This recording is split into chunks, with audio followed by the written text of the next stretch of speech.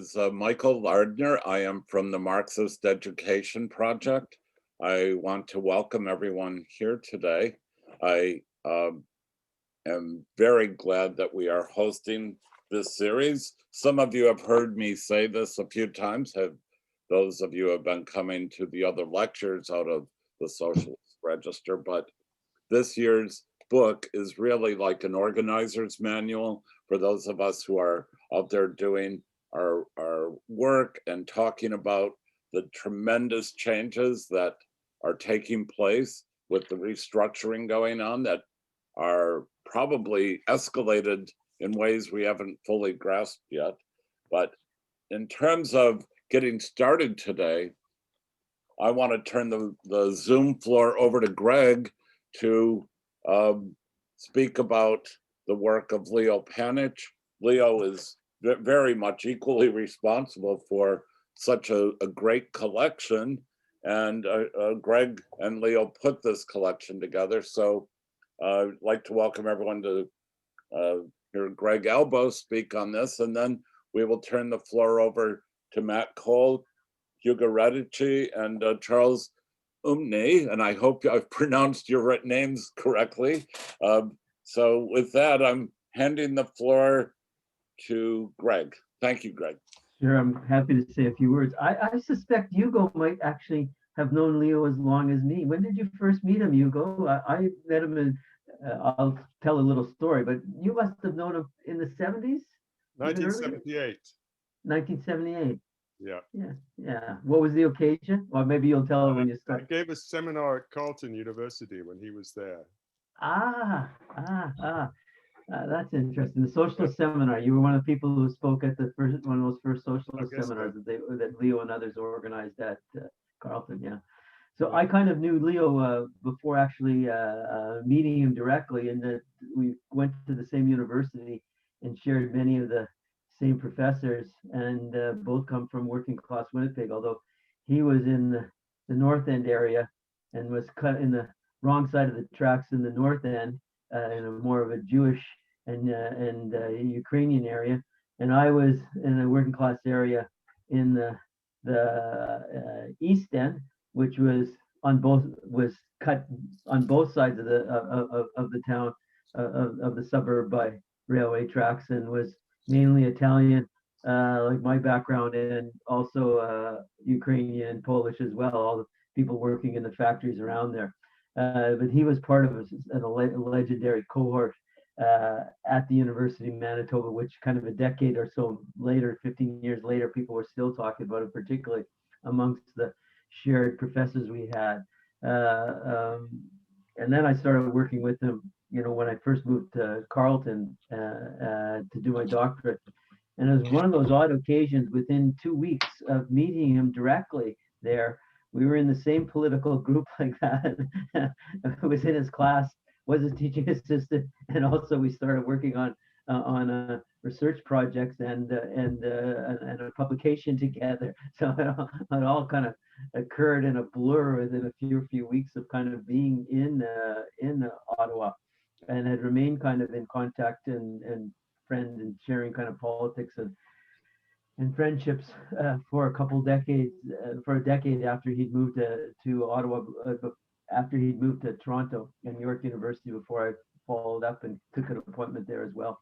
And we've remained friends and colleagues right to the few days before he passed, and editors, and thinking about this volume and the insisting that we do some of these events. This is support the Marxist Education Project, do the launch in the UK, do the launch in Toronto. It was unbelievable. It still remains unbelievably sad and unbearable for me, and still even difficult to comprehend that somebody who's been in your life so much around politics, research, teaching, and so forth is not there. And Hugo and others will know that with Leo, it would often be almost every day, because you're bantering back and forth on email with every event that's going on and debating it. So, and Sam Ginden is probably maybe even worse than Leo on that. So you were kind of just filled with kind of the debates of the day constantly. So there's a kind of a huge daily gap in life without him here. I think it was so sudden. We had actually in the late summer, early fall, we'd actually been thinking about the next 10 years in the sense of, what ideas we'd wanted to do with the register, or ideas for research projects, other research projects. He was searching around for something to do after the Searching for Socialism book with Colin was thinking of different ideas. And also, the political projects we were engaged in the city of Toronto here. And we had directly started working on the next couple of years of political and research projects. And it was incredibly shocking to all of us how quickly the myeloma took over his body, and then COVID and capturing COVID in the hospital was kind of like everything we've been raging about for 20 years about the bloody neoliberalism was now kind of haunting us in the most awful way by the rundown of the hospital systems here and the inability to respond. We were really happy with this volume. We began from the beginning, kind of had coupled it with the one that we did the year before on Beyond Market Dystopia, and thinking about the different ways that capitalism and its markets, after 40 years of neoliberalism, had produced none of the claims, the beneficial claims, except for the capitalist class, but many kind of asymmetries and dystopic settings around the world. And then we wanted to highlight in the second volume, particularly about digital capitalism, and think through not so much on the narrower debate about automation, but particularly on the theme of the talk today from Hugo, Matthew, and Charles on the organizational and political and disciplinary and dystopic sides that were the way that the new technology, that the artificial intelligence and a range of the digital technologies were being implemented. So we were really, really pleased how this volume came together, and almost like everybody that we approached, including Hugo, and who then got Charles and Matthew involved from the various research projects they were involved in, were responded very positively and kind of wanted to write an essay, almost itching to write an essay along the same lines of getting out some of their own kind of assessments of the dystopic sides of the way digital technologies were implementing, and the way that all the other possibilities that we could envision in a collective system, democratic system, were being pushed to the side, and leading kind of to the kind of surveillance society, the polarization of work and so forth, that reflect the same kind of dystopic themes we had done in the volume before. So we were, Leo was insistent that we carry on and do these launches and the educational, and try to draw this discussion further and keep pushing ahead with this project. It's a bit up in the air where we go from here. Leo's is a difficult person, and there's no way I or any single person could kind of fill those enormous shoes that Leo walked in, and his big personality, for sure. But we'll find a way to kind of push on and keep the project that has been so much a part of the new left and the making of a new socialism, and the way that it's continually gathered intellectuals and activists, academics from around the world who are probing that project, and particularly probing it from the best of what has been also the historical political organizations of the left, to continue that analysis within the pages of Socialist Register. So with that kind of brief introduction via my personal memorial to Leo, I'm sure Hugo will have a few things to say as well, and as well as on the essay. So I'll turn it over to Michael back to hosting the session. Thank you, Greg. It is with, I think, great pleasure. We're going to get some very interesting presentations on what we're all up against when Matthew, Cole, Hugo, and Charles make their presentation. We are all subject to the datafication every day, and we see more and more of it in front of us. But I'm not the expert. I'm turning the floor over. I don't know we didn't really get together and say, who's opening this up? Hugo's opening. There will be some slide presentations. So we'll have the 3 presentations, and there will be plenty of time for questions and comments. When you do have a question or comment, when we are finished, just write the word stack in chat. If you don't know to do that, I'll look for your hand being raised. But with that, I'm turning the floor over to Hugo, and thank you so much, Hugo. Well, it's very good to be here in this amazing internet room.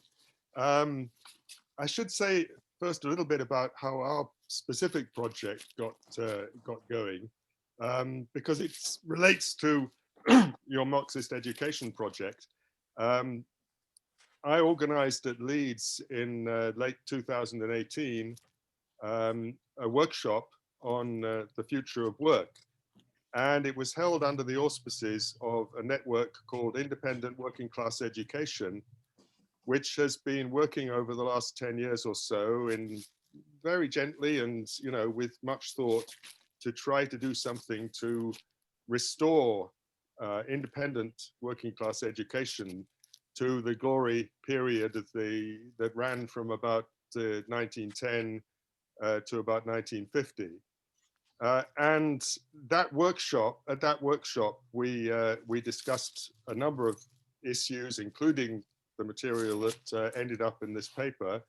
And we then, after the workshop, got together and with 2 other colleagues as well. And anyway, eventually the result was this paper. But I would like to say first about Leo. He was the most fantastic editor. He was always rigorous about his editing, and he would, when he felt strongly about something, he'd make it absolutely clear. And when you responded, you got something back. He was terrific at that job, and yeah, I shall miss him enormously. I've worked with him on contributions to issues of Socialist Register. This is the 4th time. So the first time was the 1999 edition, and that was as a result of meeting Leo and others at a conference in Vancouver in 1998. So I've been involved, as it were, for quite some time, and it's been a great pleasure to get Matthew and Charles involved on this occasion.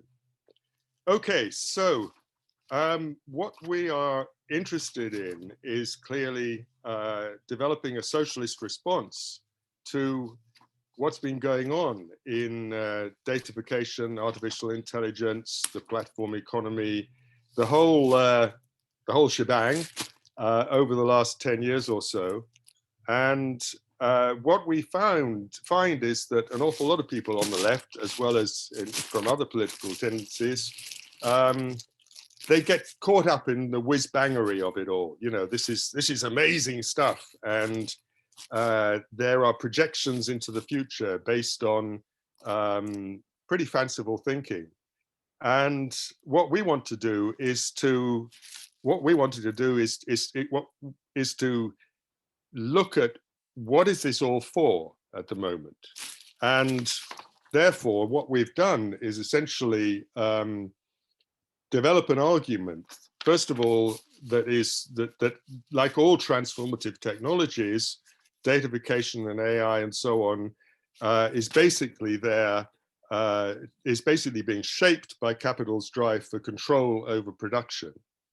And the key phrase with which we summarize that, which comes from Marx, is the idea of the real subsumption of labor. Now, that's one inspiration, that we want to look at the extent to which digital technologies have transformed the drive for the real subsumption of labor. But equally, we wanted to construct our argument with an eye to the future, to what sort of socialist future there could be. And clearly, our starting point for that is that in a socialist future, what we're looking for is a system of worldwide, essentially, but at every level, a system of workers' control over what is produced and how it's produced. And we want, above all, to distribute both the work and the results of that work on an equal basis to everyone. So we are about equality, democracy, and workers' control. Now, the way we set out the essay, in the essay, was there were basically three questions. First of all, what are the key developments today? Let's have get a picture of those key developments. Second, shall I share the slides, Hugo? oh yeah, sorry. We're on the first slide, I think, the introduction. Okay. So next slide. Yep, and so we're probably right. Okay, yeah, we're working our way through this. There we go. What we try to do in the paper is essentially to ask these three questions. What can we learn from earlier transformations? That's the historical background. Secondly, what are the key developments today? And then thirdly, what alternatives can socialists propose? Next slide. So my job in the next bit is to talk about the historical background to this and essentially looking at the history of technology and work since the 1870s. So the 1870s sees the beginnings of the second industrial revolution, and characteristic of that is a whole series of transformations that take place interacting with each other. So we've got the rise of big corporations, big finance, large-scale mass production, mass markets, foreign investments by many companies, and in the workplace, de-skilling of manual labor and a substantial growth in clerical, technical, and administrative work. Now, where the issue of control arises most clearly is in the work of F.W. Taylor and the scientific management movement that flourishes between the 1880s roughly and the First World War. Now, what that scientific management sought to do was to give bosses control of production. So this is, in terms of Marx's analysis, this is stage 3. This is the machine systems and the drive for the real subsumption of labor. Now, the point about that is that right from the start, it was resisted by workers, and they resisted in the form of shop floor organizing, fighting for union recognition, and then, of course, battling with the employers in the structure of collective bargaining that arose much more completely from the 1930s. Now, coupled with this political action taken through state legislation and regulation, what you got was the retreat, I think, of economic liberalism. Essentially, what we get is alternative ideologies going into the mix of capitalist thinking. And these ideologies include managerialism, the idea that we're familiar with from James Burnham's work, for example, industrialism and corporatism, which industrial sociologists in the post-war years, post-1945, develop as ways of understanding capitalism. And this retreat of economic liberalism essentially goes furthest in the 1960s. Next slide. Now, I'm going to give you an example from America because I think it's very pertinent here. In the early 1960s, the United States faced challenges not only from the Soviet Union, the core challenge, but also from capitalist competitor countries in Western Europe and in Japan. And a big concern was essentially that that these countries were catching up with America in terms of technology and productivity. And this was threatening America's dominance in a number of key industries. Kennedy initially, and then Johnson after Kennedy's assassination, Johnson launched this commission on technology, automation, and economic progress. Now, if you go back to that commission and its work, you really get a snapshot of where we were at in the mid-1960s. And one of the most interesting things about it is that the membership of that commission was not just, you know, Bezos, the equivalent, shall we say, of Bezos and Musk and Bill Gates and these big cheeses with a couple of politicos on top. But actually, the commission included trade union leaders, academics, and even the chair of the Urban League. When you then look at the material that they produced, the commission proposed essentially to maintain full employment while boosting America's productivity and introducing new technologies. And to do that, essentially by investing substantially in retraining workers. But full employment was taken as the primary goal. The concern was that automation was going to lead to mass unemployment, and that was to be challenged through fiscal measures, but also through substantial investment in retraining workers. Now, one of the things that's interesting is that in parallel to what's happening in the capitalist world, because what happened in America in the 1960s was essentially being matched by similar developments in continental Europe and Japan, but there were also parallels in the Soviet Union, and once we got past 1948 in Eastern Europe as well.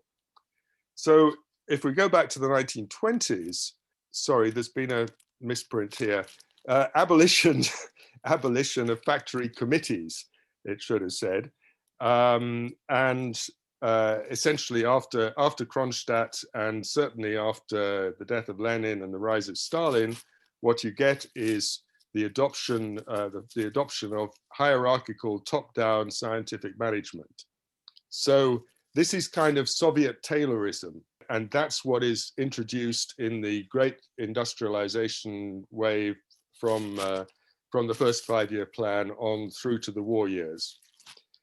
But then later on in the 1960s, you get some very interesting thinking within the Soviet bloc about the nature of the scientific and technological revolution and the implications that this has for the workplace. And the high point here is the work of Radovan Richter and his colleagues in Czechoslovakia during the Prague Spring, where they say, look, we can't just rely on party loyalty, loyalty to the party or material incentives. We have to provide creative work for everybody in the workplace today. And that way, we will not merely advance the scientific and technological revolution more rapidly, but we will also engage with workers on the shop floor as well as scientists and technologists. Now, all of this starts to be challenged by the end of the 1960s, because the post-war boom in capitalist countries is coming to an end, and there is a reform wave in Eastern Europe in parallel to that, which is ended by the invasion of Czechoslovakia. So what you have in the capitalist world and in the socialist world actually is slower economic growth and a good deal of industrial unrest. In capitalist world, of course, you have ever sharper international competition, you have inflation, and this leads to a general crisis in the post-war consensus model of capitalism. Next slide. So what we get from the 1970s onwards is essentially what we get is what we call the neoliberal turn. Sorry, somebody wanted to know about who was the Czech author. Richter, R-I-C-H-T-A. Okay, the neoliberal turn.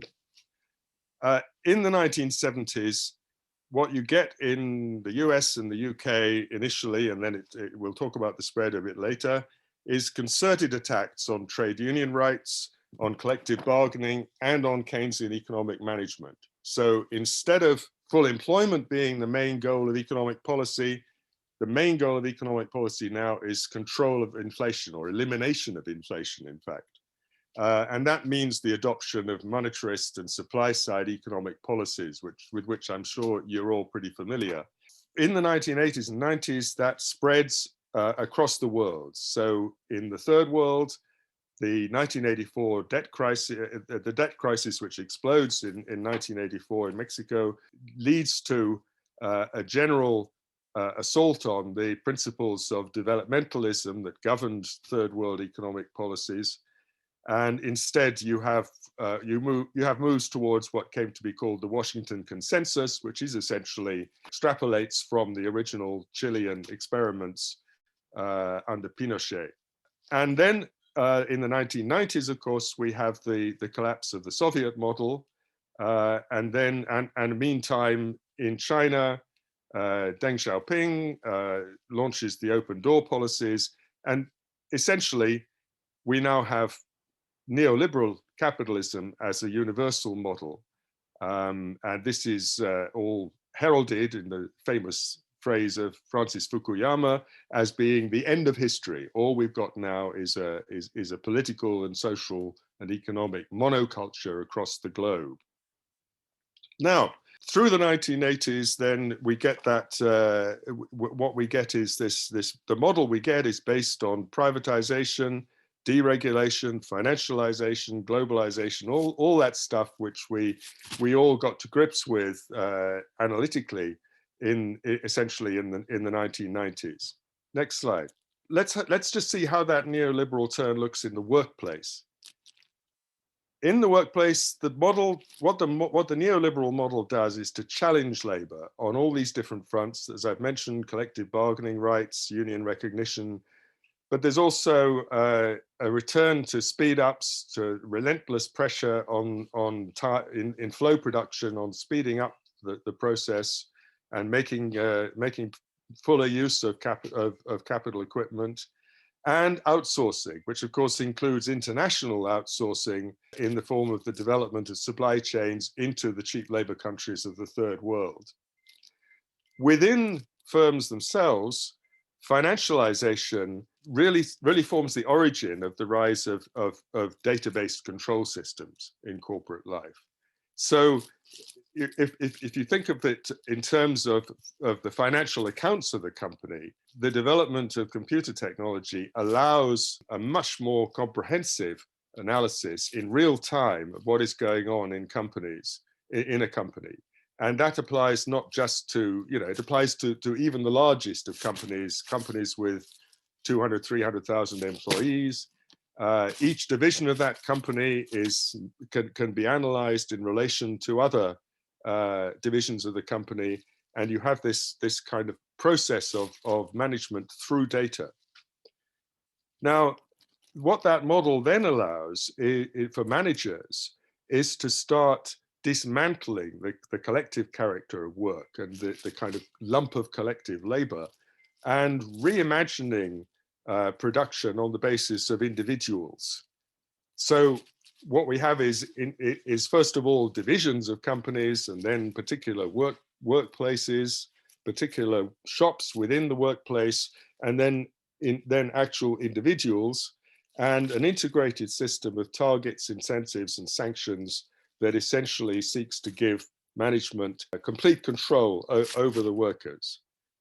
Now, what is interesting, for example, for us as academics, is that this audit-based model, this finance-based model, spreads into the public and non-profit sectors too.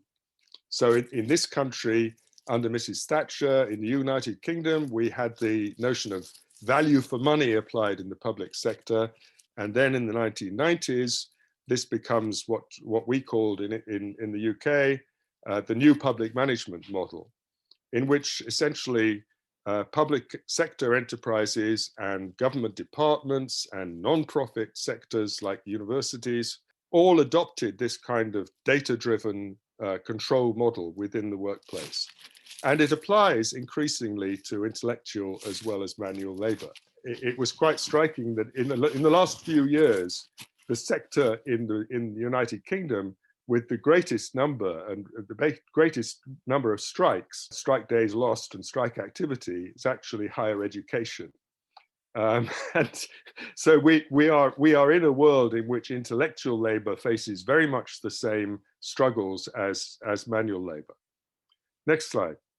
The reality then is that the bosses are driving for ever tighter control of all workers, including even the traditional professions. So you find in professions like teaching or the law, in scientific research as well, everybody is under the cosh of this system of control.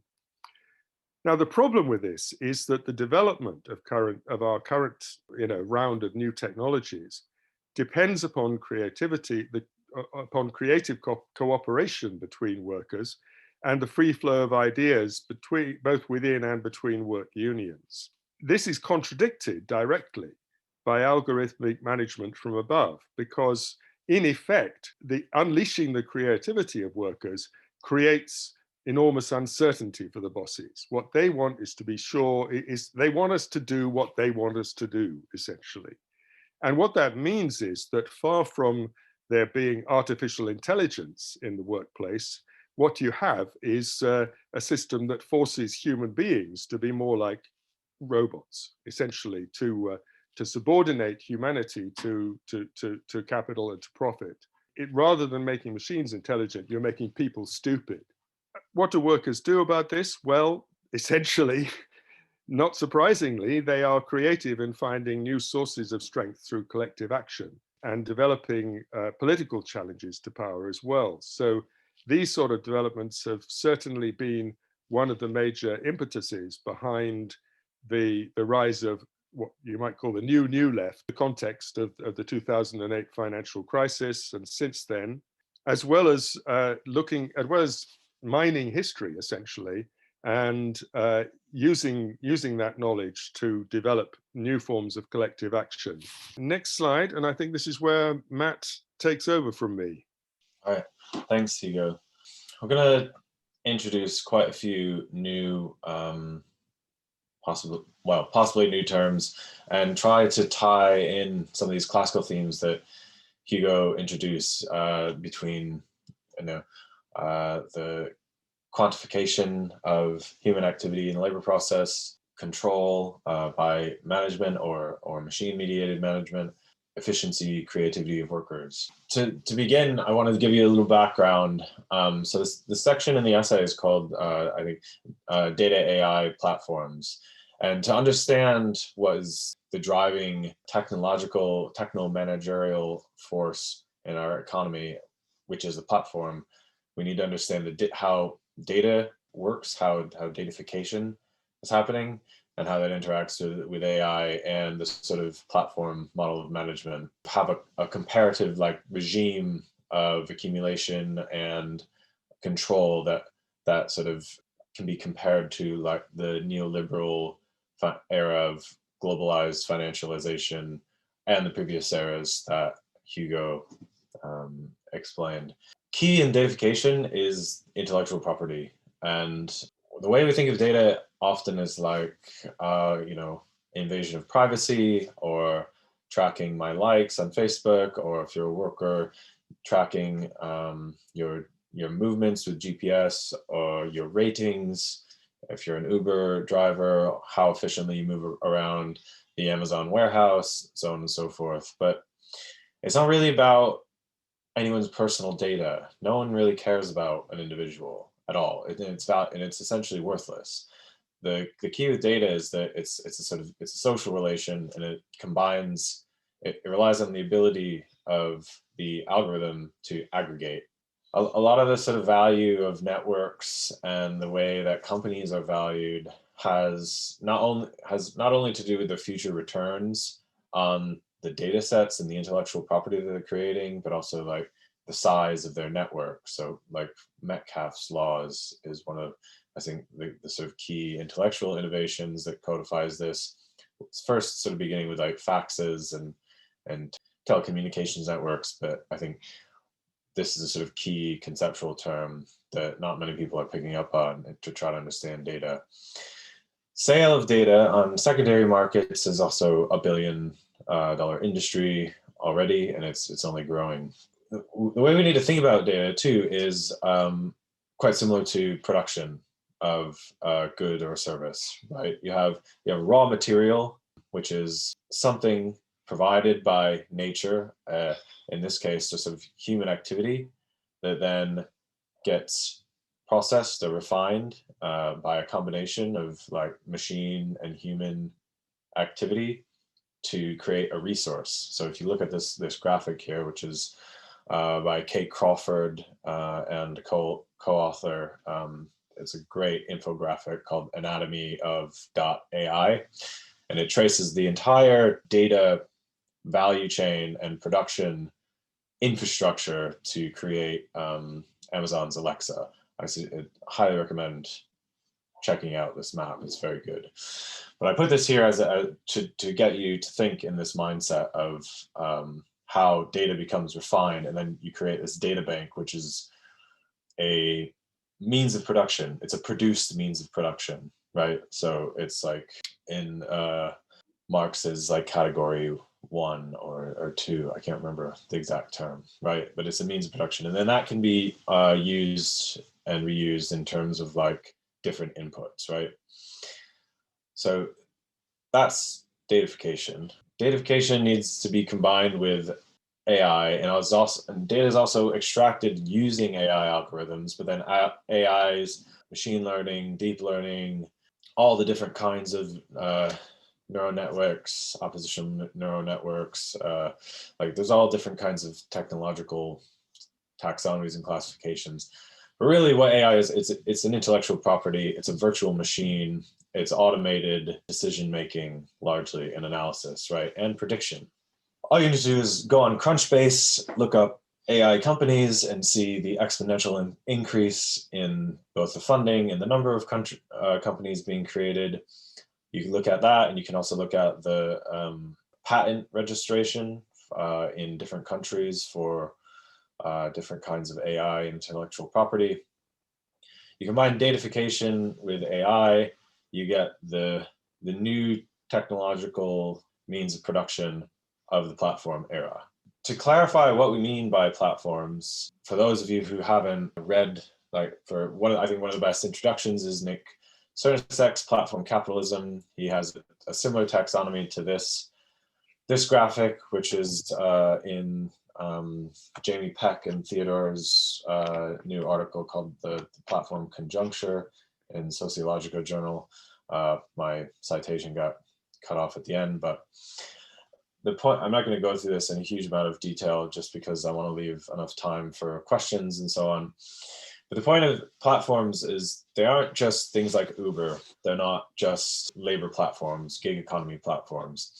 They're pervasive across different parts of the economy. So like Salesforce is essentially a B2B, business to business platform that is completely changing the way that sales and datafication and tracking is happening in their area. Google is more than a detention platform. I don't really agree with this taxonomy, but I put it here as a visual aid so I could just talk about it. Google provides many different types of platforms, but they are integral to the infrastructure of the web and the internet. They own about 8% of the undersea cables of the backbone of the internet. Their Google Maps program is the infrastructure upon which most new platforms allocate the most efficient routes to things, whether it be delivery and so on. Its API is used in all different contexts. Airbnb, we've all stayed in one, but you know they're another kind of mediator.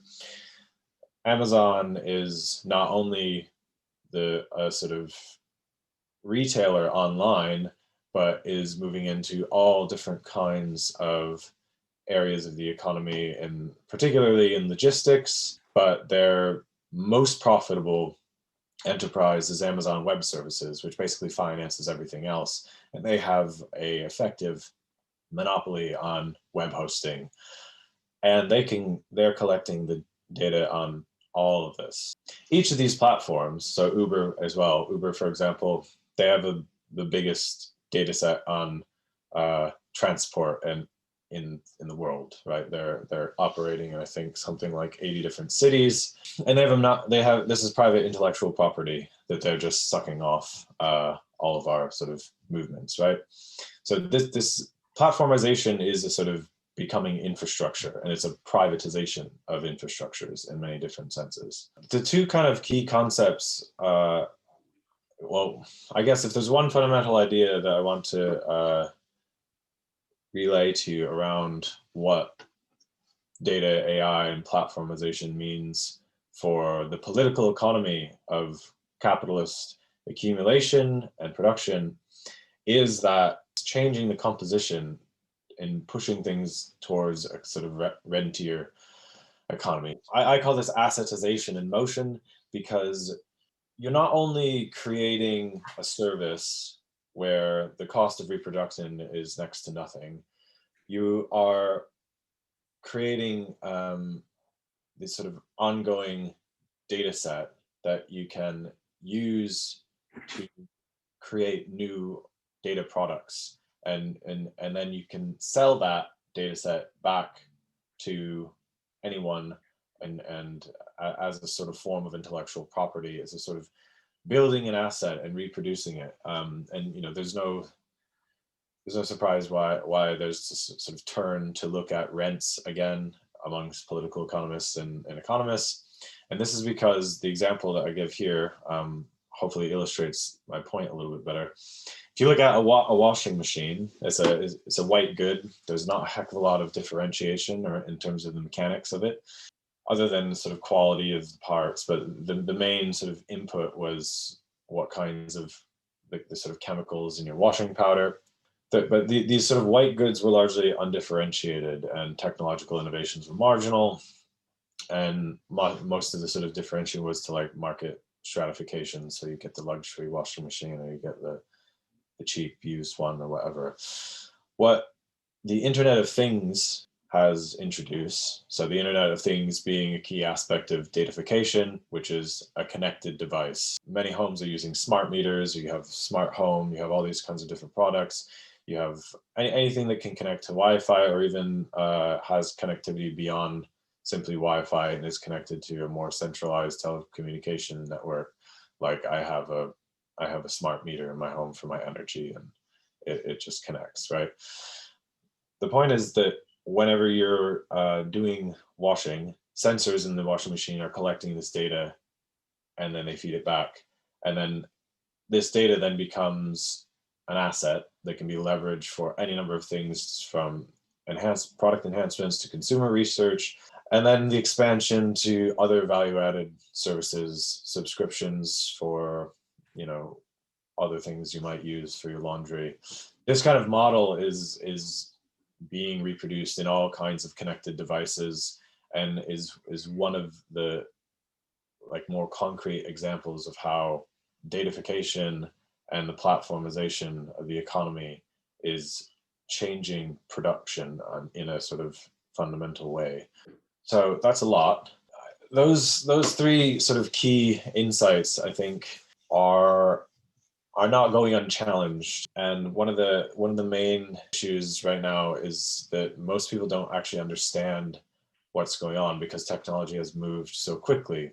As socialists, I think we first need to understand the political economy of the situation, which is one of the aims of our essays, and what's happening in terms of the technological changes that's different, and what is happening, and how our current situation also reflects continuity with previous technological revolutions, previous geopolitical developments, and sort of policy context. So one example of ways in which the platform economy may come up against barriers is in this recent UK High Court decision that said Uber, in fact, is not the technology company it says it is.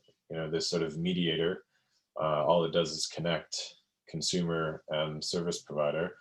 That they are actually workers. And it's interesting, I read through the judgment. It's pretty damning for any gig economy, well, or like labor platform, in that there's a little bit of, there's states realize that they need to sort of reassert control, because otherwise the platform economy will start to sort of dictate the terms of engagement beyond simply the sort of low road practices of precarious workers. We can get into a couple of policy proposals that relate to this. I think I'll just skip ahead, and then maybe Charles can talk a little bit more about that. But I'm going to sort of wrap it up. Given that we have this sort of datafication, creation of new intangible assets that then are used in ways that can be that can undermine not only workers' power but state power, we need to think in terms of how not to just make AI ethical, or not have these sort of soft power initiatives to nudge the technologies to do the right thing or not do evil, right? If you're Google, but having accountability mechanisms that explode the black box of the algorithm. You know, Marxism takes the black box of the hidden abode of production and, you know, opens it up, and it shows how exploitation of labor creates a surplus. We currently don't have a similar way to map out the algorithms and explain, like, the explainability of algorithms is so far there's nothing sort of demanding that. I've done a little bit of work on the European Parliament trying to like push for these new policy ideas, but I think one of the barriers, both as socialists but even as sort of liberals, is many people don't really quite understand how the technologists themselves conceive of the technology, and part of that is understanding the sort of intangible assets and the sort of the new processes of datafication, and how not only the exploitation of labor but the sort of extractive tendencies, sort of like a second, what Marx can refer to as like a secondary exploitation through rents and usury, and you know, are creating more this sort of new regime of accumulation.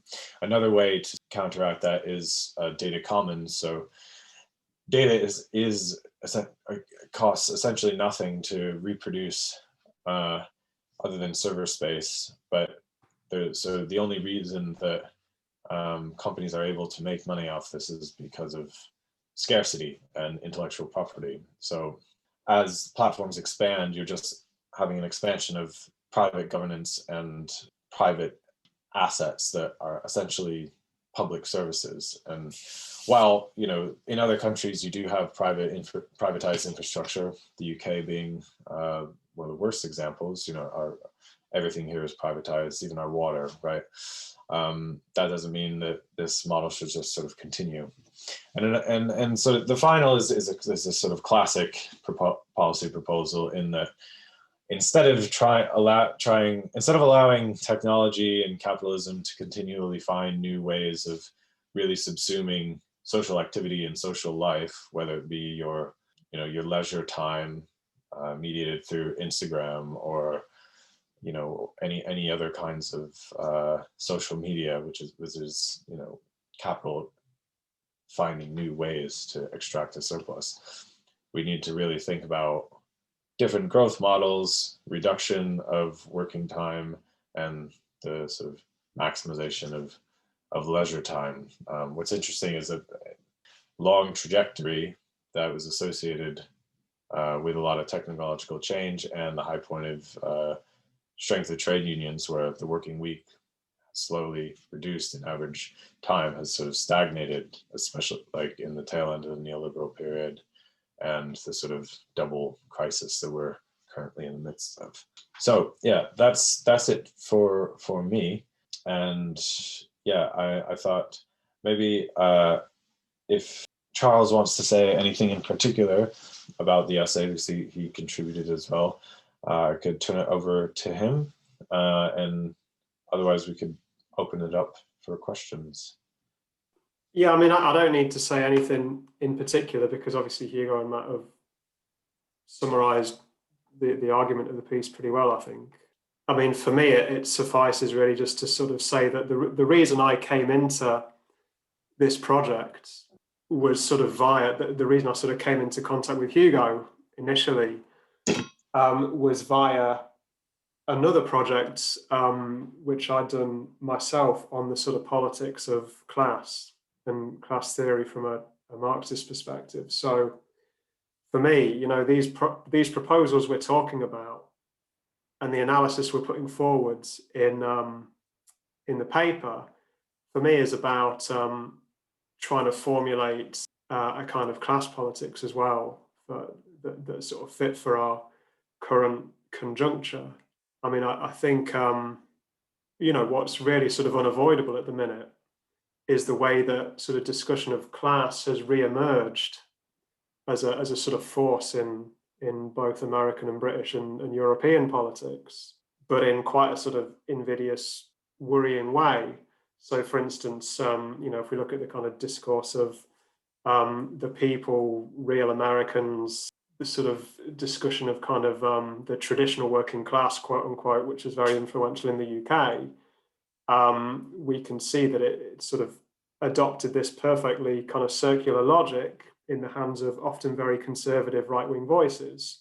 So, for instance, the people, quote unquote, agree with us about immigration or Brexit or whatever else. How do we know that they agree with us? Well, we know that they agree with us because otherwise they wouldn't be the people. You know, so we have this kind of circular logic in the way that the discussion of class has evolved, which has sort of played out very, very nicely for the political right. And I think for me, getting involved in this kind of project was one way of coming to terms with that and saying, well, actually, what does it mean to talk about class politics, to talk about things that would benefit our side, if you like, in the class struggle in a way which totally breaks out of and avoids the kind of very sort of culturalist and damaging way class is discussed now. And I think I was really happy with the sort of way the three proposals came out at the end, because I think this is a way of doing that, you know, a kind of way of breaking out of very abstract, kind of culturally rooted ways of talking about class conflict and social change, and sort of reasserting a slightly more, how should we put it, kind of universal and transformatory way of talking about the economy and our society. So that's really just to sort of talk about my interest in sort of being involved in this project. Now, for me, it's kind of ultimately about sort of reasserting a different way of understanding class and conflict in our society.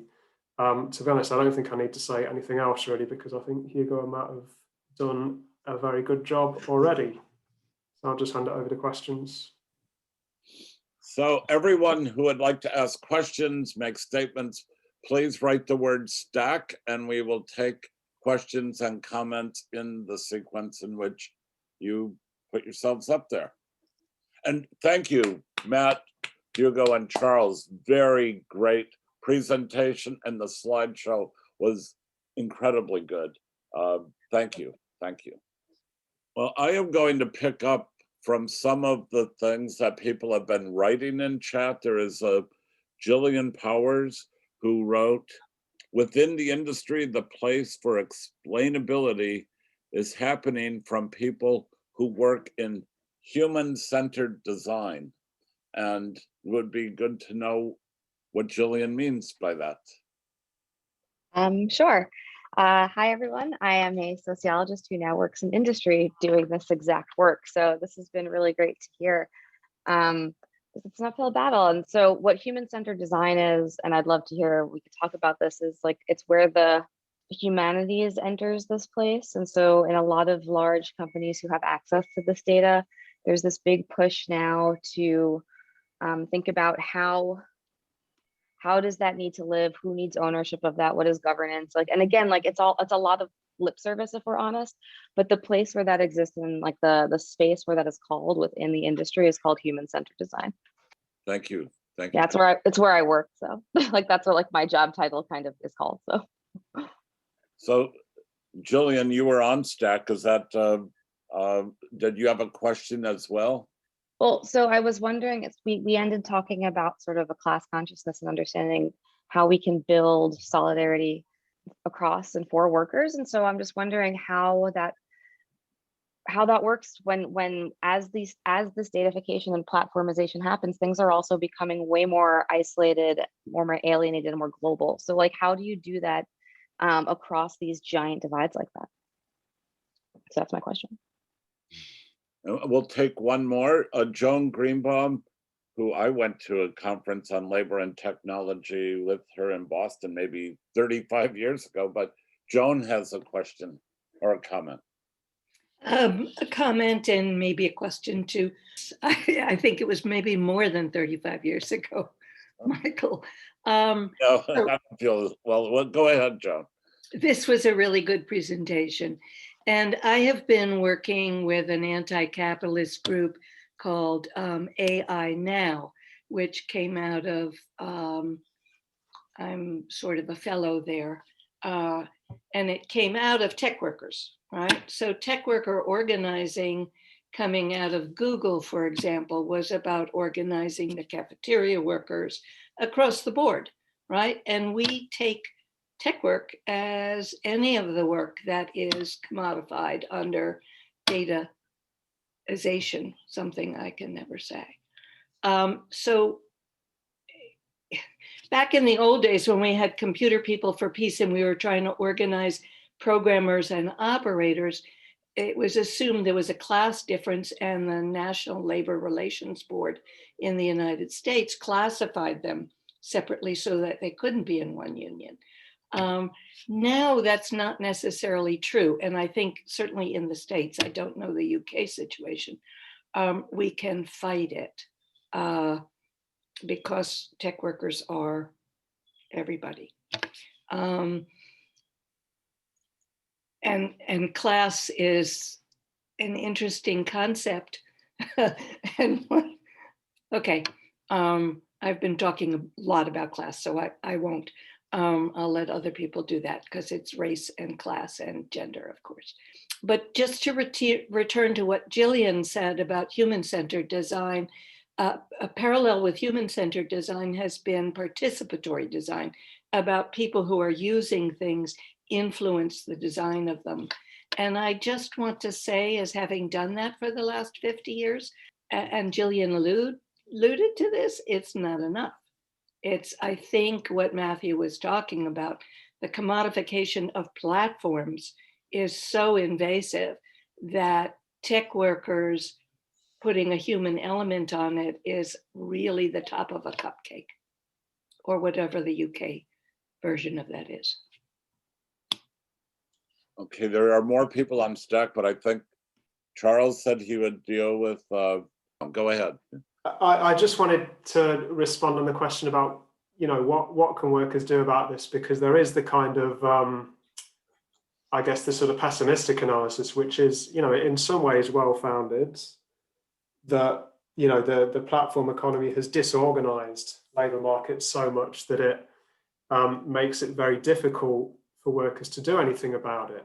I think one sort of interesting counterpoint to that is if we look at something like sort of labor service platforms like your kind of Ubers, Deliveroos. I mean, we have a research project at University of Leeds on labor unrest in these sectors, where we basically are sort of accumulating quite a large database now of all reported instances of labor protest in those sectors we can find. And I think one of the lessons of it is how much continuity there is in some ways with previous instances of labor unrest. So if we look at things like food delivery, ride sharing mediated via platforms, what's really astonishing is just the prevalence of disputes and often of classic collective labor unrest. Because of course, in these cases, there still is significant interaction between workers, for instance, if they congregate outside restaurants, for example, often over very classic issues like pay. So if you read the kind of sociological literature on a lot of platform work, the focus is often on kind of algorithmic control, things like this, including our essay in Socialist Register. But if we look at like a lot of the actual disputes that happen, it's frequently over very classic things like sort of pay and working hours. So I just think, yes, I totally accept the kind of more pessimistic question. You know, yes, in many ways, the things we're talking about do make it much harder for workers to resist exploitation. But just to kind of make the counterpoint that it's kind of surprising as well how much continuity there is and how much, you know, is emerging in the platform economy, which can be viewed as sort of, you know, labor unrest in quite a classic mold. And just finally, the comment about intellectual and manual divides when we're talking about sort of class conflicts, workers' struggles. Again, this is quite a tricky problem because it's clearly true that, you know, the working class, if you like, is quite fragmented, segmented in this quite sort of large dispersed hierarchy. But it's also interesting if I mean, I'm thinking here about data from Britain, but I would expect something similar in the US, for instance. The fear, you know, a sense of insecurity, the fear of job insecurity has been democratized over recent decades, if you like. You know, short-term contracts have spread across the labor force, including, you know, I'm a sort of UCU activist as well, the higher education, well, higher and further education workers union. And we've seen the kind of explosion in short-term contracts there. And we know from survey data that the fear of degradation at work, whether it's losing your job, whether it's losing pay, whether it's being demoted, whether it's not having opportunities to progress, this is something which has actually permeated right across and is now found increasingly among kind of so-called professional intellectual workers as well as everyone else. So I think we've seen this kind of democratization of insecurity at work, which starts to create the sort of the conditions for perhaps a more cross-cutting agenda, if you like, which kind of unites different fractions of the working class.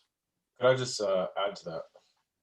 Yeah, so I'm not sure if I gave off the impression that I think that technology makes it more difficult. I think actually that's not true. So while there's different, while technology is changing the regime of accumulation and, you know, the composition of capital, I think if you look at where workers have been successful in fighting back and resisting not only technological change, but just more generally the degradation of work, I think it's collective organization through unions. And it's not simply strikes, because you can't have strikes have no power if you have no members. So this sort of romanticization of like the heyday of the workers' movement in the you know, interwar years or post-war, just you can't think in those terms anymore. You need to think about how to first enable the capacity for workers to organize. So when you have so for example, most of the big gains for gig workers in the UK have been through the courts. And you've seen small unions like the IWGB, which are independent of the Trade Union Congress, make huge strides in challenging these global platforms, like huge platforms. And one of the ways, you know, you need the sort of legislative conditions to allow for collective organization. So that, I mean, that's one way. And another union, which I can't name at the moment, that I've been talking to is actually also bargaining around data. So not only the data that workers use on their personal devices, but the data that the company collects from them and stores as an asset, which is, one of the points I was trying to make in my presentation. So with new technological frontiers come new frontiers for labor organizing as well. Another way that workers can and have been resisting is through cooperatives. So you probably know Trevor Schultz. He's got a whole platform cooperative project going on, like International sort of Research Center, based in, I don't know if it's Kinney Graduate Center or someplace in New York. But the creation of an app that is by design enables and empowers workers is like the actual, like, you don't need the sort of capital investment that you might have needed if you wanted to have, workers' control of an aerospace manufacturing plant, for example, right? There are alternatives in that sense. So there are multiple different frontiers for organizing, but the key thing is to get up to speed with what's actually happened and is happening. So yeah, I'll leave it there, and we can go to next questions unless Hugo wants to add anything. Yeah, I'd like to come in at this point because there is also a kind of bigger issue, and that is that that has dogged the working class since day one, since the beginning of capitalism, and that is that the vertical division of labor between manual and mental labor, and obviously the very fine grading of occupations that go from the most menial manual work to the highest level, scientific research or whatever. That is often taken as something that is natural, and yet it clearly is not natural. It is something that is socially constructed. And to me, one of the most interesting aspects of present day developments is that Charles mentioned that we had a map. Well, anyway, it has been mentioned that that labor unrest is taking pretty much the same sort of forms as it used to. But what we're not changing is our way of thinking about work in society. And we're at the moment, one of the things that divides us most brutally is that we all citizens of any particular country are expected to compete against each other for achieving the best paid jobs, the most prestigious positions. And it is that pursuit of advantage over others that undercuts solidarity to such an extent. And so I think one of the things that we need to factor into this is thinking about ways in which we can educate for a more equal distribution of creative and mental work. And there's absolutely no reason why, if we look at the education system at the moment, the education system acts as a brain grading system.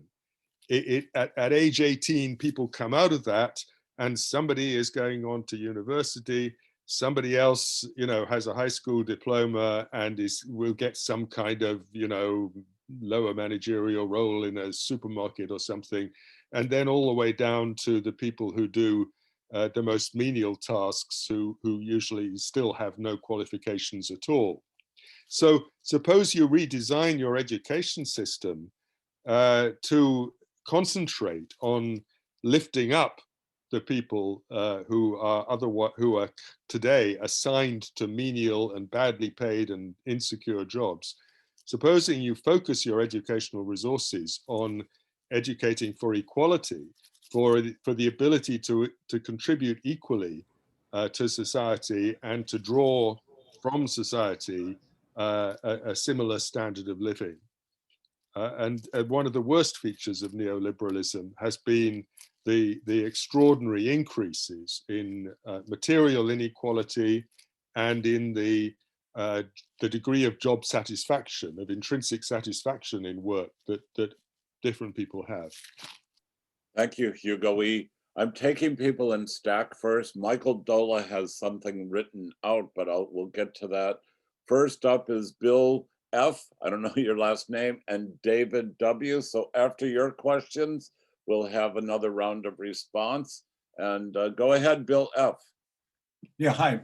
That was really a fabulous talk. I was glad my screen was not whatever visible, because I was smiling like the whole time. It looked sort of dumb.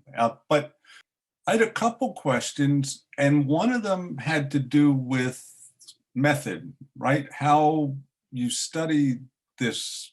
I know what I loved about the talk was, oh yeah, this fits into sort of my understanding of, the labor process and accumulation of capital. And once you can sort of articulate with that, then, it feels like that's where the insight is. But it seems to me that there's secondary effects and things that have to do with the very sort of raw material of human effort, right? Somehow, what folks are doing, what kinds of perspectives they have to adopt in order to do what they must do now, right? What they're compelled to do. And it seemed to me that that would be an important aspect of how, well, the other point is that so much of this is proprietary, right? So you want information and you just can't like go in there with a camera or tape recorder or something like, So I was really curious about your approach in that regard, to how you sort of define what to study and then go out and study it.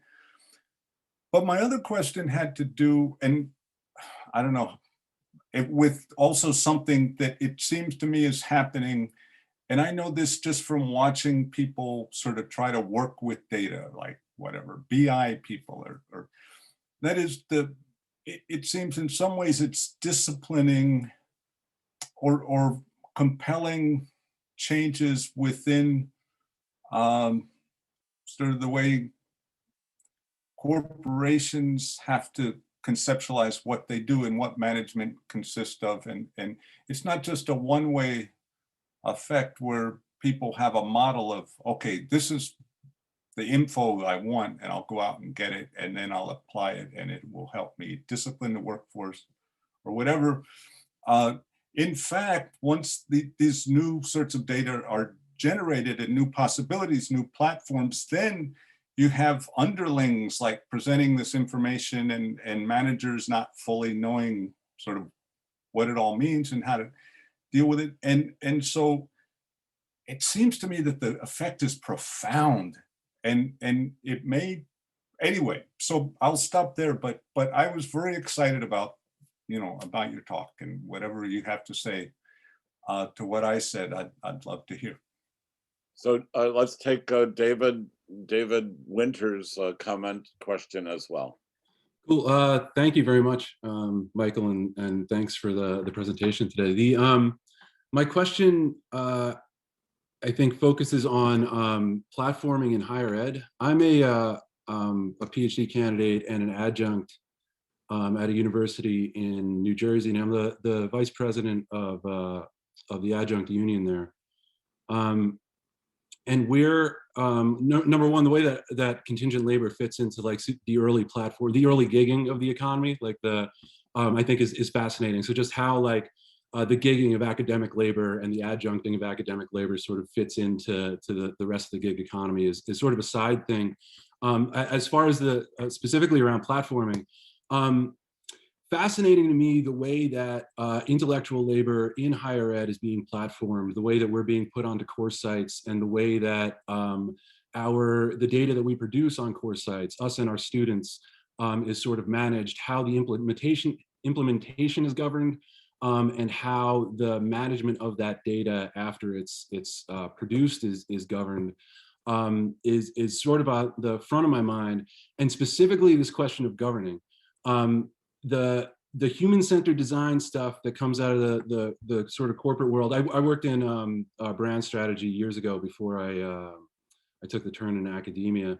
And the participatory design stuff actually articulates weirdly with some of the things that my union is doing as part of like a cross-class coalitional organizing drive with other unions within academia, right? So like faculty unions organizing with staff unions, organizing with like other sorts of essential worker unions. One of the questions that is beginning to be asked, but isn't like necessarily front and center yet, is the question of who ultimately governs and who has the power to make decisions over the university itself, but specifically here, right, the production of digital information and the management of it.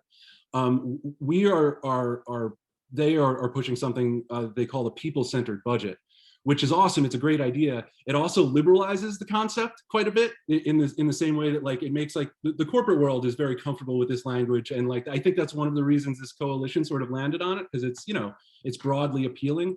But what it skips over is this question of governing and struggling for the power to govern over these platforms and processes.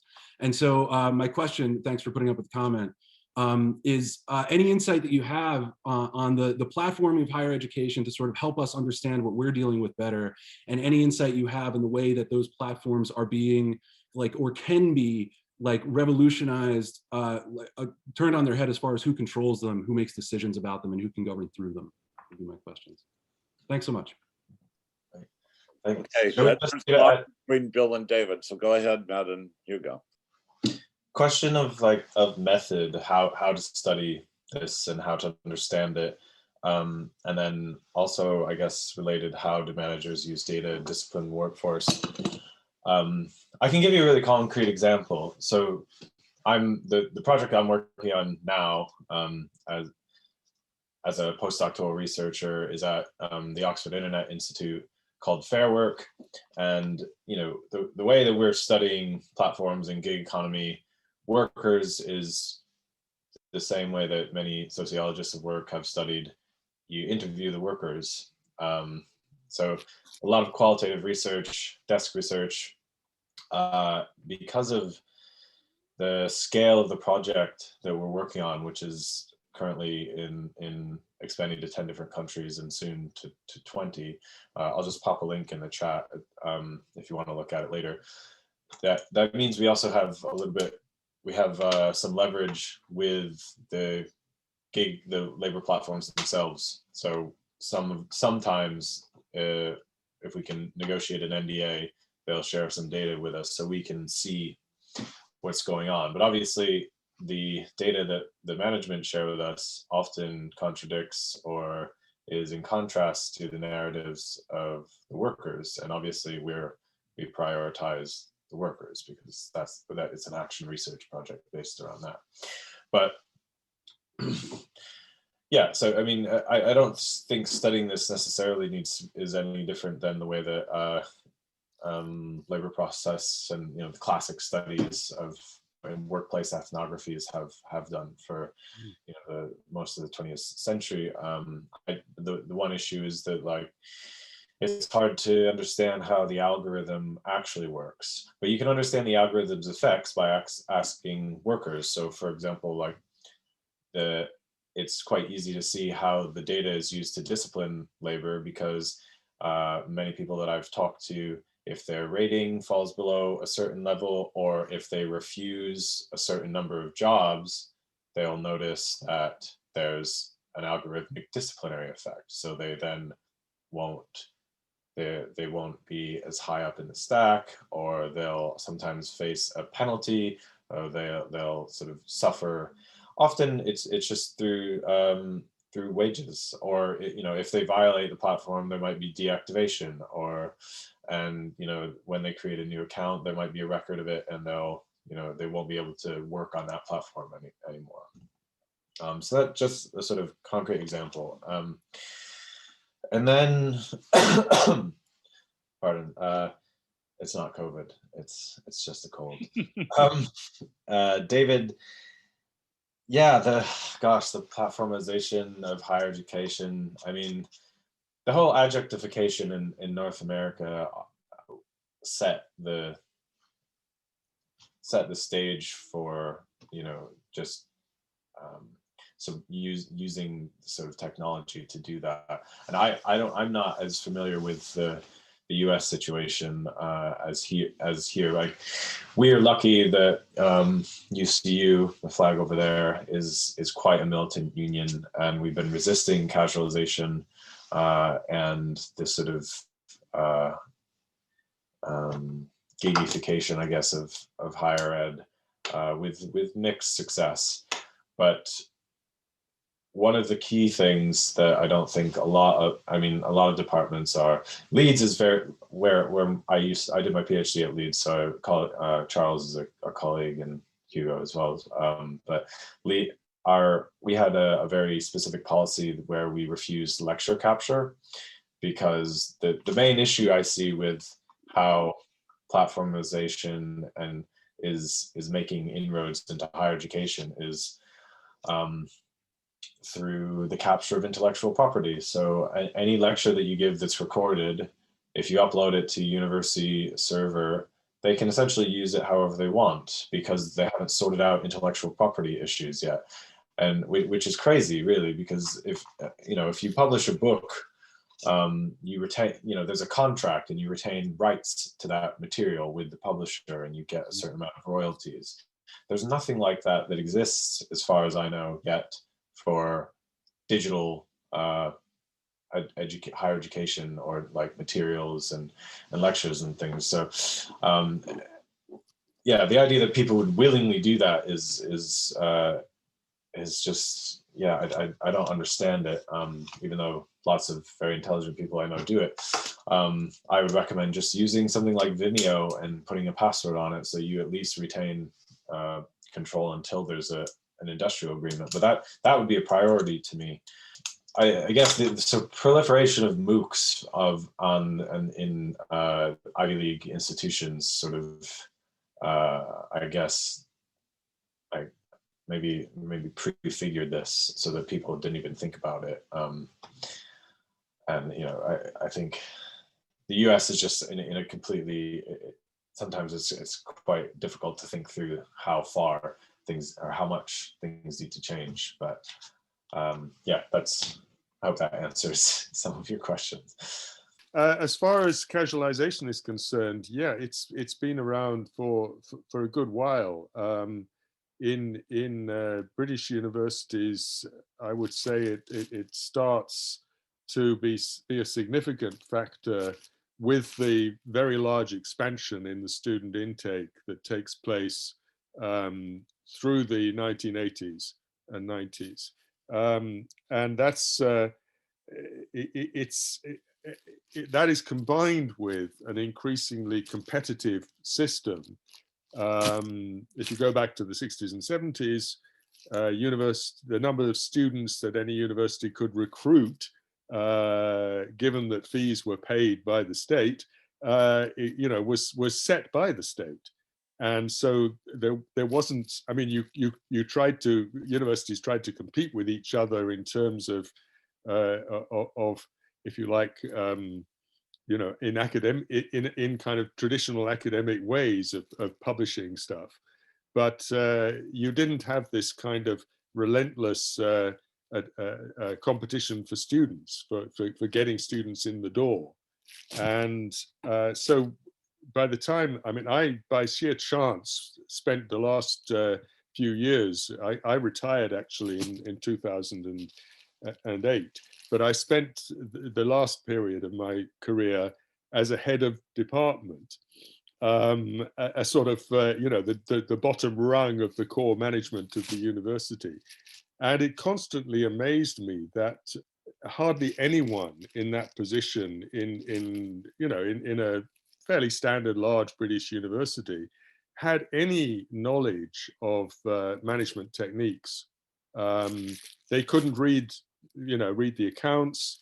They didn't understand. They had never been trained in human resource management and things like this. And so what people tend to do is when they get to that kind of level, they just kind of automatically adopt the mindset of the neoliberal management model. And I have to say that my efforts over quite a number of years to try to get our union to look at what was going on in the transformation of management, I could never get it to happen. You know, this was just a complete blind spot of pretty much of trade unionism in general in the United Kingdom, and I suspect it's similar in the United States and Canada. You just, you know, that there isn't that kind of critical understanding.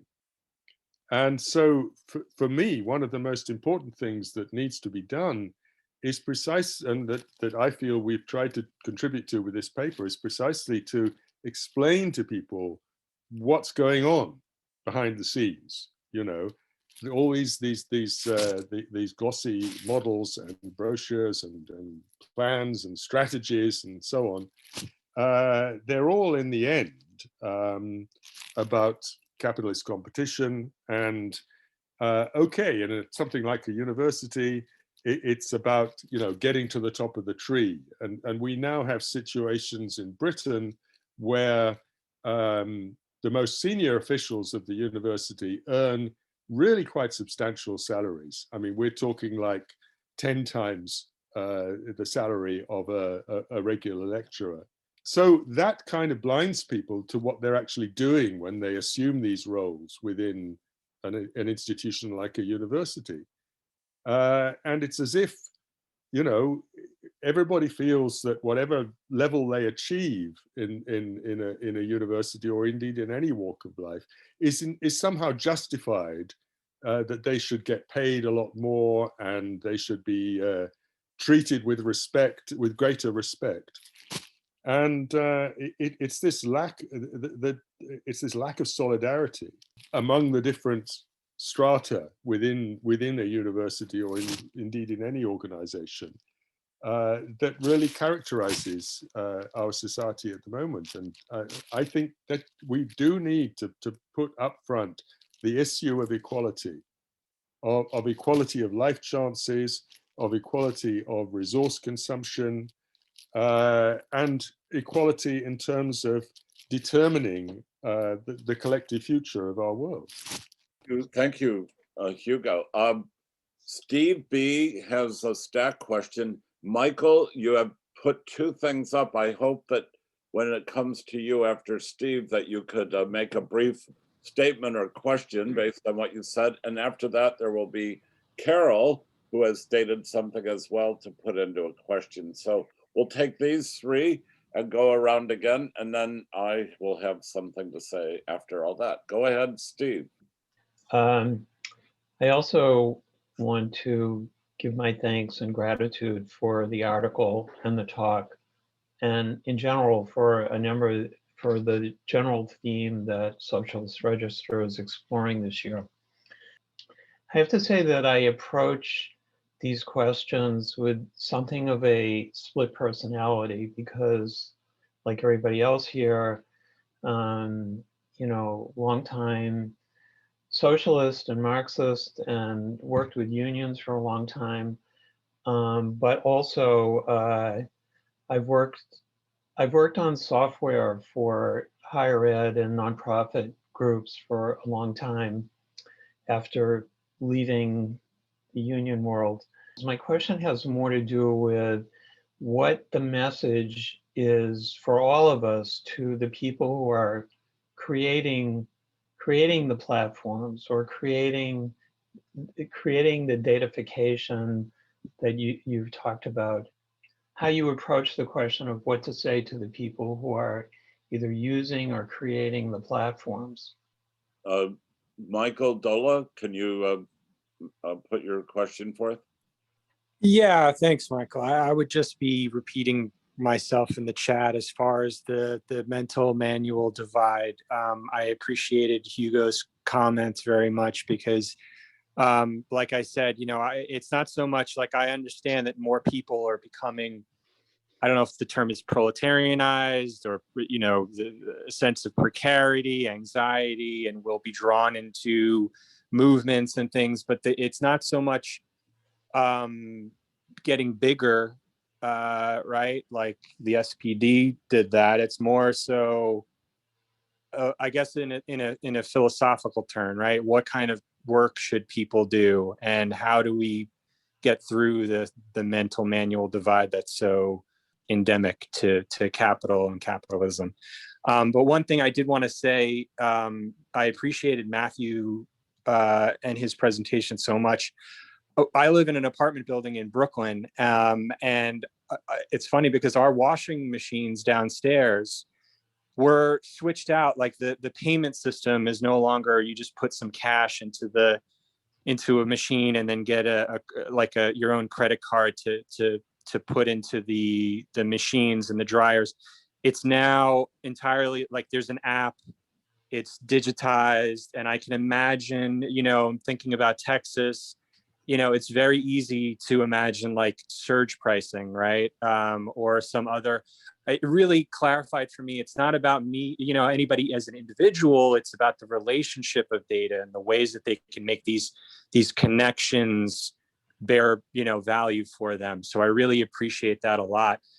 One thing I do question is, and I almost, maybe, you know, I kind of heard it in his, like, you know, the classic proposal right at the end. And so I don't know if he was being wry there, but what comes up for me is a sense of like,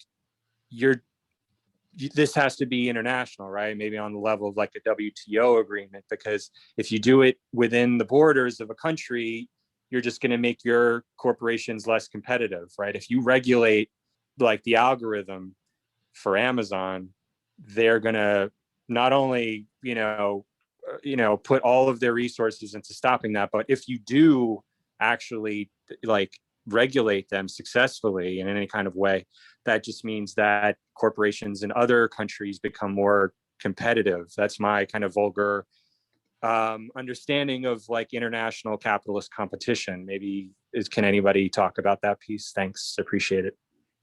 Steve's question was basically, what do you say to these young, intrepid young programmers who are doing all this good work, trying to make tech for good? And I guess related to that is, there was a question a little bit about jobs, like, are there going to be jobs for these people? And that, I mean, there's been a whole huge debate around, you know, the automation debate, and are robots going to take our jobs? Will we have a jobless future? So on and so forth. And I think this is a debate and a question that happens with every technological revolution. It's happened, you know, in the 70s, it happened previous one, earlier 20th century. You know, back to the Luddites, right? There's always these sort of fears, and I would say that there's going to be as much job creation as there were in the last the previous periods. I actually just co-authored a huge report interrogating this question and reviewing the literature on it, and I'm fairly confident, even though we're in a period of crisis, the job loss is not because of technology. It's not sort of there's a technological disruption encouraging skill biased technological change. So you actually see a huge rise in professional managerial jobs and a rise in low skill, low wage jobs. But I think that polarization is even less related to technology than people think it is, largely because while you've had these technological changes occurring, you've had the absolute destruction of social protections for workers and collective bargaining. And the only way we're going to sort of change any of that is to fight back against that and reinstate, you know, the sort of, well, reduce the labor market elasticity by having strong unions and better social protections. So, you know, where if people want to make tech for good, I don't know, don't work for Google, start your own tech companies, move to Europe. The tech sector is growing hugely here, and there is a sort of generally a culture of wanting to regulate. I even had a meeting with a conservative Tory minister of all people who was wanting to hear what our proposals were to sort of regulate the tech economy, which to me is just wild. But so and then I get briefly on Michael's points. That's quite a funny anecdote about the washing machines in your basement. I might reuse that. I mean, I think Hugo can speak better to the mental manual divide around what work should people do. I mean, with my socialist idealist hat on, I think we could redistribute necessary working hours in a way that allows for, sharing of both mental and manual labor according to ability and need, right? That's classic Marxist cop out. But I think the more difficult question is, with regards. I mean, I think I like the point of surge pricing around platforms, because obviously, this relates to the governance mechanisms and how utterly centralized things are. And that model is hugely dangerous. I mean, I'm not sure that something like that would be accepted by any state except Texas. But, the person who designed the energy market and system there is a Harvard economist. So, I mean, there's a kind of, sociopathy at work there that I'm not sure I can really speak to. But I think the point about regulation and how the way that global capitalism works, obviously, like if a company if there's an unfavorable environment for business, they might consider moving their headquarters somewhere else. Right, like the point is similar point. Like if you institute capital controls in one country and higher corporation tax, well, they'll just fuck off and go somewhere else. But you kind of already have a situation like this. But at the same time, like if a platform wants people's data. If in Europe, so like with GDPR regulation, you have to have a data center located in Europe, and you have to have a headquarters there, and you have to obey the laws, right? So I am kind of for a kind of national siloing of data, because at the moment, the only buffer that we have between global platform tech oligopolies and Bezos's like ever growing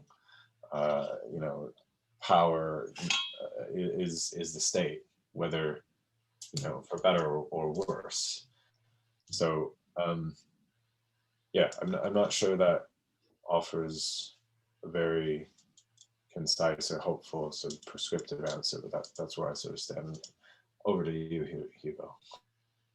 Well, I think it's certainly the case that a priority for everyone is to rebuild the capacity of the state to do that regulation, because deregulation has been one of the main drivers of the neoliberal model for the last 40 years. And it would be nice to think that events like the disaster at Grenfell Tower in London in 2017, that would kind of signal the need to re-regulate. I mean, in that particular case, there had been a total collapse of the regulation system with regard to building safety in general and fire safety in particular. And that meant that the company that supplied the cladding to Grenfell Tower essentially was able to get away with selling a product that they knew perfectly well was flammable. And that's been admitted in to the Grenfell inquiry just recently.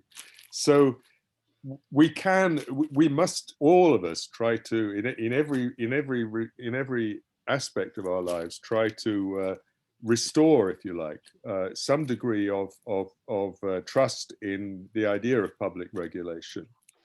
But I think the difficulty is that when we talk about public regulation, another characteristic of the neoliberal period has been the immense the centralization of authority, of real authority, real power within the state. And Matt and I live in a country which epitomizes this. I mean, I've always kind of argued, not just tongue-in-cheek, that Britain has led the way in the shaping of capitalism since the mid-18th century, and our deregulation under Mrs. Thatcher certainly led the way as far as actually destroying the capacity of the state to regulate. But it also distanced the state increasingly from citizens. And if we're going to have any chance of, if you like, capturing the state, it would kind of be helpful if we could cut the state, not cut the state down to size in terms of its power, but to bring the state nearer to the people. So anything that, one necessary precondition, I think, for effective public regulation of datafication is that authority must be devolved to lower levels, to levels that people can reach in their everyday lives. And I know that there are huge problems with the sort of federal system you have in the United States, in that there are vast differences between, say, Texas and I don't know, Oregon, in regard to their attitudes towards the regulatory capacity of the state. But at least there are some parts of the United States where you can make these arguments. In Britain, all we can do is shout as loudly as we can and hope that somebody right at the top of the political system hears us. And I think that's a very important element. As far as the division between intellectual and manual labor is concerned, look, you know, most of us in this seminar are intellectual workers at the moment. We're certainly doing intellectual work at this very moment, but I don't know. I mean, you know, you talk to most people and they you know, who are university lecturers or doctors or whatever, and they also do manual tasks. You talk to manual workers and wow, they actually think about the work that they're doing when they're doing it and outside the workplace. So we all have these capacities. And it seems to me that there are some models available. Certainly worker cooperatives that are structured around the sharing of work tasks and equality of pay provide an important example to us. One of the largest whole food wholesalers in Britain, Suma, is a worker cooperative in which essentially all members of the cooperative draw equal salaries and the jobs rotate. Read, as I'm sure everybody in this seminar has done, Ursula Le Guin's The Dispossessed, and you will find that in her socialist community, which is not kind of laid out programmatically, but rather appears from the page as you go through the book, the same thing applies. You know, resources are limited, people have to work, they have to undertake, you know, hard menial tasks, manual menial tasks, as well as having time to educate themselves and to be creative. So I think that we need to be experimenting in every possible way, but the best place to experiment is in our communities. I live in a small village. But this village has certain community assets, and these community assets are managed for the benefit of the whole village. Now, I mean, that's very small, but in Britain, there's been a substantial movement to take over pubs that are closing for commercial reasons and turn them into community hubs where you don't just drink our excellent beer, but you also have discussions. It's a meeting place for the Gardeners Club and the Babysitting Network. You know, meet every night, meet at the pub, and so on. So it's those kind of initiatives which get people into a different mindset and out of this ultra individualistic mindset that we live in at the moment. Thank you, Hugo. You know, we're at our stated time. Do people have 5 more minutes? I feel that very much this whole datafication of everything has the potential, it not necessarily will come about, but this moment in history does allow all of us from the working class, as broad as we can conceive it, conceive of what we have done. The dead labor doesn't need to weigh on us as heavily. We can, in many respects, see that all of that labor of our class in time is there for us to take control of. And you have both, along with Charles, have hinted at this possibility for us. And I don't want this to just be one more talk that we have consumed and moved on from. There needs to be active engagement from us afterwards. So I don't know how that will take place. We will stay in touch one way or another. But closing comments by both of you would be great. And I want to also know if we can share the tape of this publicly from our MEP video platform, if you don't mind. So Matt and Hugo, if you want to close, and then we really appreciate your coming today, a great essay, and go ahead. Just to thank you, Michael, and thank Greg, and you know, thanks to Leo as well. I love doing these sorts of events because I like to get the whole point. The whole point of academia was just to, you know, have more resources at my disposal to sort of help the class and, you know, push forward the class struggle, really. So, but yeah, I think one of the main issues I think the left needs to work on is getting up to speed, because technology is moving so much faster, and if capital is ahead of us at every turn, you know, we're always going to be fighting defensive and losing battles. So that's one of my motivations for doing the kind of research that I do, in addition to just having a, you know, general technophobia, skepticism. But yeah, thanks everyone for your really engaging questions. I really enjoyed the discussion, and yeah, hopefully in well, if the pandemic subsides, I'll have a pint with people in the pub when I get back to, you know, when it gets back to normal. I do pass through New York sometimes because I'm originally from the Rust Belt up in Syracuse, Buffalo area. So yeah, but thanks to all. Right. Well, not much to add to that, except to say that I'll supply to Michael some more information or links to the Independent Working Class Education Project.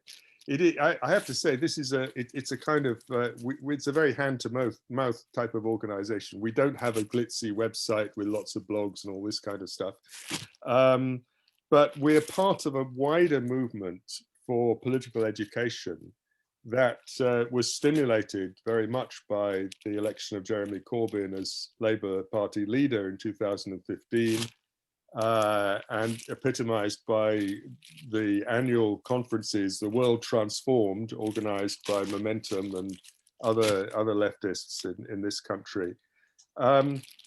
One of the things we've been trying to do is to connect trade union educators with academics and with community organizers. So there's a kind of nexus here of initiatives that cut across each other, and but there's also another nexus, and that is the effort to overcome the increased specialization of intellectual work in academia, especially. And I feel that I was extremely fortunate in the 1960s in being able to study across the whole field of social sciences at various points. And I find it very concerning that people who go into academia today have been trained in a far narrower way. So my message to everybody is, don't be shy, try out all kinds of stuff. Read in politics, read in sociology, read in education, read in science. There's so much available out there. But in order to understand the world, we need to bring together all these different bits of knowledge. And that's clearly what what the Marxist Education Project is doing. It's what we're all committed to. And so the more communication we have between each other, the better. So I'd just like to thank Michael for hosting this so well. Thank the Marxist Education Project for inviting us. And well, I look forward to perhaps coming back again. I think Michael's has already suggested to me a possibility of doing that. In that regard, Hugo, the Socialist Register with Haymarket put together Capital, Technology, Labor as a Reader, and you are in that book, and we will be getting to that over the summer. I do have one really interesting aspect that has developed here in New York. A friend of mine was hired to organize and help set up strategy for the taxi drivers union, which right away went into the platform drivers, but has since then grown to the livery drivers for the disabled, and is now very actively strategizing how to organize bicycle messengers, which is something without this platformization that never would have happened. And in some ways, I don't know if it will work, if they will get the legal challenges and do the real organizing, but the potential of having those who move things, bodies, etc., is so great.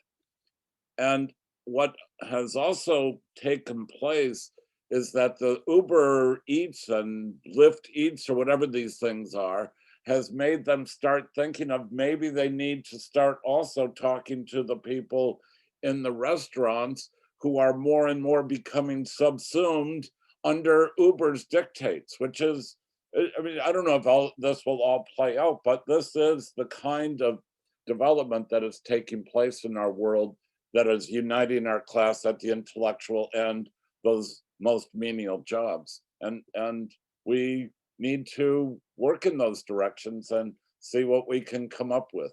Because if we don't, capital doesn't have very good plans in store for any of us. So, but thank you. What a great presentation and an excellent essay. Those of you who have not read it, we sell this book in the US for less than the cover price, and we include shipping. Just go on our site, buy the book, and read these essays. The one from Larry Lohman and Brian Palmer on capital and temporality. These are all related and will help you in your organizing, and will give you an uplift and give you the enthusiasm to go out and organize no matter how difficult it is. Thank you, everybody.